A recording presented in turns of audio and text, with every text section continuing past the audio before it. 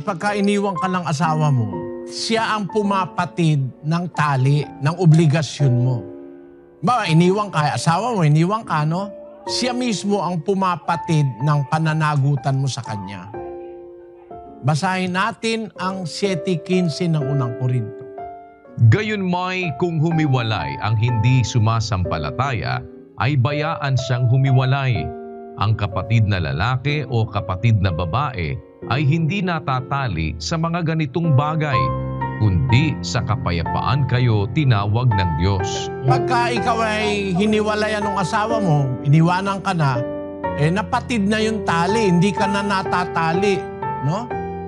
Ang kapatid na lalaki, yung sumasampalataya, o yung kapatid na babae na sumasampalataya, hiniwalayan siya ng asawa niya, hindi ka na nakatali, di ikaw ngayon malaya na.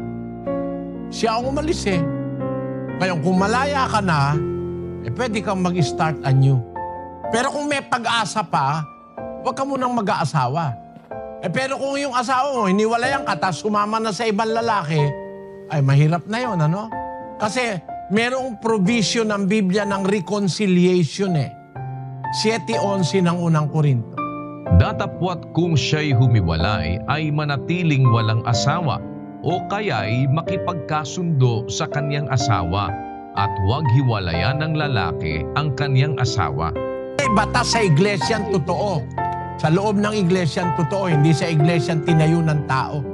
Kung humiwalay, manatili munang walang asawa o kaya makipagkasundo. Merong time for reconciliation May provision ng Biblia na mag-reconcile ang mag-asawa. Tama naman yun kasi alam ko totoo yun Nararamdaman ng tao yun. Merong reconciliation baka bumalik pa. Pero kung halimbawa, nag-asawa na ng iba, wala nang balak bumalik sa'yo, libre ka na. Siya nga ang gumawa na maputol na yung relasyon nyo Hindi mo kasalanan yon. Kasi kung ikaw Kristiyano, hindi ka talaga hihiwalay sa asawa mo Pero kung yung hindi sumasampalataya, hindi naniniwala, siya na ang humiwalay, tapos nag-asawa na siya ng iba, kawawa ka naman. Meron ka ngayong pagkakataon kung wala ng tali, pinatid niya siya nagpatid Pwede okay lang kung magkaroon ka ng panibagong start. Pero mas okay kung makakatiis ka na wag ka na rin mag-asawa dahil baka na naman mapangalawahan yung pagkaturotot mo, no? Turotot ang tawag sa Tagalog dun naturotot ka na minsan, gusto mo bang maulit? Ngayon, kung talaga namang gusto mo pa rin mag-asawa, okay lang, kaya lang maging cautious ka na. Mag-ingat na tayo basta-basta kukuha ng babae. At para wala kang masyadong problema na walang kukuhang iba, sabi nung mag-asawa ka, ika ng pangit. Para wala ka ng katunggali.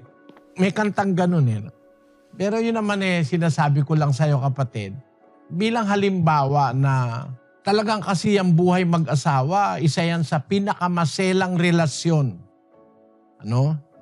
Yan ang pinakamalapit na relasyon kasi kayong dalawa ay isang laman na lang.